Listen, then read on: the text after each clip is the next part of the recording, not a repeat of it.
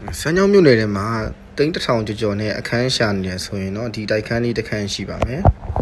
ဒီတိုက်ခန်းလမ်းမတန်းလည်းဖြစ်တယ်ဈေးနှုန်းကလည်းတိန်းတစ်ထောင်ကျော်လောက်နဲ့ရမယ်ပေါ့နော်ဒီကောင်ကစမ်းချောင်းမြို့နယ်ဗဟိုလမ်းမကြီးပေါ်မှာရှိတဲ့တိုက်ခန်းမှာအခန်းကျယ်ဝန်းကမျက်နှာဝ12ပေကွယ်အရှိနောက်ကိုပေ90ရှိတယ်အခန်းတစ်ခန်းလုံးကိုကြွေပြားတွေခင်းထားတယ်အခန်းတစ်ခန်းပါတယ်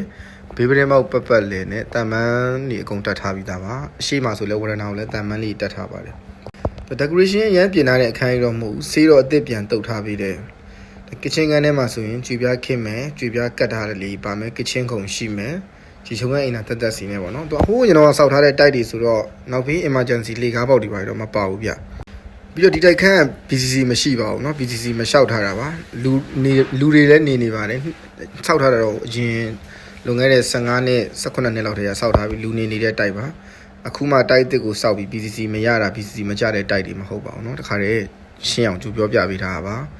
ဒါကတော့အိတ်ခမ်းလေးတစ်ခန်းမှာအိတ်ခမ်းတစ်ခန်းဖွဲ့ထားတယ်ဒီကောင်ရောင်းမဲ့အလွာတော့6လွာပါ6လွာမှာအပေါ်ဆုံးတက်ပါမြေရှင်ရှိတယ်ဆက်စာချုပ်အစုံရှိတယ်9ပိုင်မီတာ9ပိုင်မော်တာနဲ့